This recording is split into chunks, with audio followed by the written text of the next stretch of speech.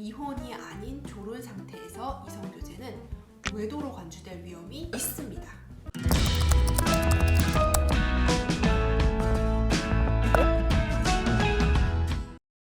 안녕하세요. 이혼상담은 한 변호사에게 이상한 변호사 한승미입니다. 저는 연세대학교에서 가족법을 전공하고 사법시험 합격 후 변호사 생활 10년 이상 이혼, 가사사건만을 전문으로 다뤄온 이혼 전문 변호사입니다. 많은 사건을 다루면서 경험이 쌓일수록 여러분께 알려드리고 싶은 이야기가 늘어갑니다. 오늘은 특별히 이혼이 아닌 졸혼이라는 이슈에 대해서 이야기를 해볼까 하는데요.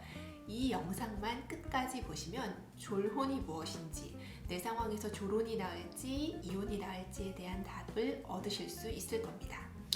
이번 영상에서는요, 첫 번째 졸혼이 무엇인지, 두 번째 졸혼의 원인, 세 번째 졸혼을 잘하는 방법, 네 번째 졸혼 후 다른 이성을 만나도 되는지에 관한 이야기들을 해드리도록 하겠습니다.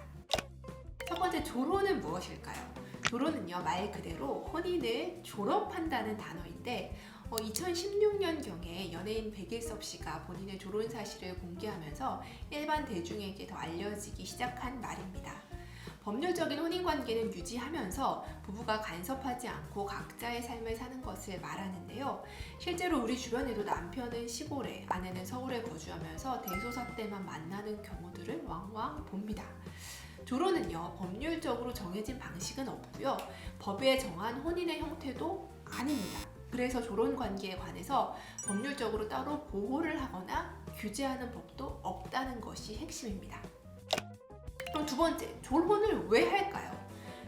그렇다면 졸혼을 왜 원하는지를 생각해보면, 제가 상담을 진행해보면 황혼이혼을 원한다고 하시지만 사실은 이혼이 필요한 게 아니고 그냥 따로 살고 싶고 서로 생활에 간섭 안 하고 저는 돈만 편하게 쓸 수 있으면 좋겠어요 라는 말씀들을 하십니다. 이게 바로 졸혼인데요. 결국 황혼이혼이 아닌 졸혼을 꿈꾸시는 것. 남편들은요, 아내가 나를 돈 벌어오는 기계로 취급하는 것 같아서 같이 살고 싶지 않다. 또 아내들은 평생 남편의 종처럼 살았는데 남은 삶이라도 좀 인간답게 살아보고 싶다는 등등의 이유로 졸혼을 원하십니다. 사실 재혼을 하고 싶은 연인이 있지 않는 한요, 법률혼의 정리 과정인 이혼이 꼭 필요하지는 않기 때문이지 않을까 싶습니다. 세 번째, 그러면 졸혼을 잘하는 방법은 무엇일까요? 많이들 졸혼을 꿈꾸기는 하지만 졸혼을 잘 하려면 어떻게 해야 할지 아는 분들은 많지 않습니다. 노후에 가장 중요한 것 중 하나가 바로 안정적인 생활비 조달이겠죠. 이혼을 한다면 재산 분할이라는 걸 통해서 목돈을 받아서 여생을 조금이라도 편하게 살 수 있지만, 졸혼은 앞서 말씀드린 것처럼 법률적으로 재산 분할을 보장받을 수 없기 때문에 더 어려운 문제입니다. 그렇기 때문에요, 졸혼을 하면서 일정 액수의 목돈을 재산의 증여 등의 형태로 넘겨받아서 생활비를 사용하는 것이 좋습니다. 물론 부부간의 증여세 면세 액수가 6억 원이라는 제한이 있다는 점도 그때 참고해 두시면 좋을 것 같고요. 이렇게 목돈을 넘겨받는 것도 좋고, 이것 이외에 매달 얼마간의 정기적인 생활비를 지급받도록 약속하고 합의서를 작성하시는 것도 좋은 방법일 것 같습니다.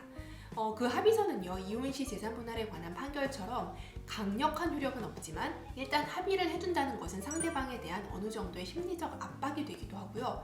추후 부양료 청구 소송, 이게 뭐냐면 이혼은 안 하면서 생활비를 달라는 청구를 할 수 있는데 부양료 청구 소송을 할 때 중요한 참고 자료가 될 것입니다. 마지막으로 네 번째, 졸혼하고 나서 다른 이성을 만나도 될까? 졸혼을 하고 나서 자유로운 연애를 하고 싶은 분들 많으시죠?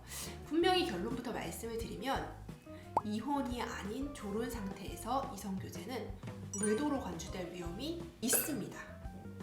부부가요, 혼인 생활을 졸업하겠다고 잠정적 합의를 한 상태이기는 하지만 아직 혼인 상태이기는 하기 때문에 다른 이성을 만나는 것은 이혼 후에 하시라는 겁니다. 관련해서 말씀을 드리면 소위 말하는 상간자 소송을 진행하는 경우에 상간자 측에서 자주 하는 변명이 원고 부부는 아직 이혼은 안 했지만 이미 오랫동안 별거 중이었고 혼인 생활에 실체가 없습니다. 파탄났기 때문에 우리가 만난 건 불법 행위가 아닙니다 라는 것입니다. 그렇지만요, 판사님은 그러한 상간자 측의 변명을 거의 받아들여 주시지 않습니다. 설사 원고 부부가 이혼 절차에 들어간 이후에도 피고와 원고 배우자가 만났더라면 그때의 만남은 부정행위라고 보는 경우가 더 많습니다. 즉 졸혼 상태에서의 이성교제를 하더라도 배우자에 대한 부정행위가 될 수 있다는 점 유의하셔야 합니다. 오늘은요, 졸혼이 무엇인지, 졸혼의 원인, 그리고 졸혼을 잘하는 방법, 졸혼 후 이성교제의 가능성을 이야기해 보았습니다. 내가 고민하는 졸혼이 어떤 것인지 대강 아시겠죠? 신중히 고민하고 행복한 여생을 위한 최선의 선택을 하시기 바랍니다. 이상 한 변호사였습니다. 감사합니다.